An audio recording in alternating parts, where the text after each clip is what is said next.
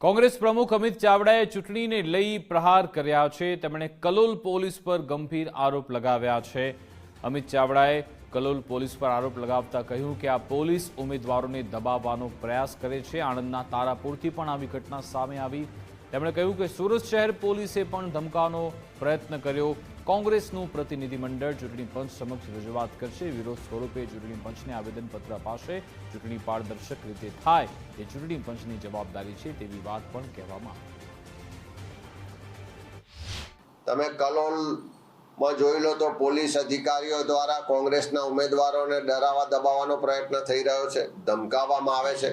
હમણાં જ થોડી વાર પહેલા ફોન આવ્યો કે તારાપુરમાં પણ વોર્ડ નંબર 4માં જે કોંગ્રેસના ઉમેદવાર છે એના પતિને પોલીસ ઉઠાવીને લઈ ગઈ છે। એ પહેલા સુરત શહેર હોય કે ઇવન આ પ્રદેશ સમિતિના કાર્યાલયમાં પણ પોલીસના અધિકારીઓ આવી અને અહીંયાથી ઉમેદવારોની માહિતી આપો, લિસ્ટ આપો એવું દબાણપૂર્વક અહીંયા કહેવાનો પ્રયત્ન કરે છે।